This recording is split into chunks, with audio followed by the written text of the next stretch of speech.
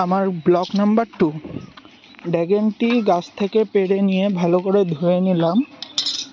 তারপরে প্লাস্টিক চাকু দিয়ে, আমার কাছে যেহেতু ভালো কোনো চাকু ছিল না, বাড়তে চাকু দিয়ে ড্রাগনটিকে ভালো করে ছাড়িয়ে নিলাম।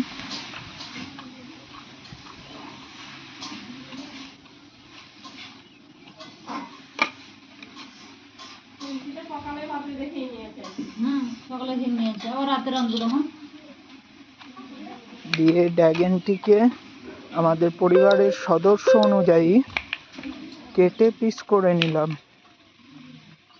বাড়িতে ড্রাগন চাষ করলে খুব সুস্বাদু ও মিষ্টি খেতে হয়। এই তো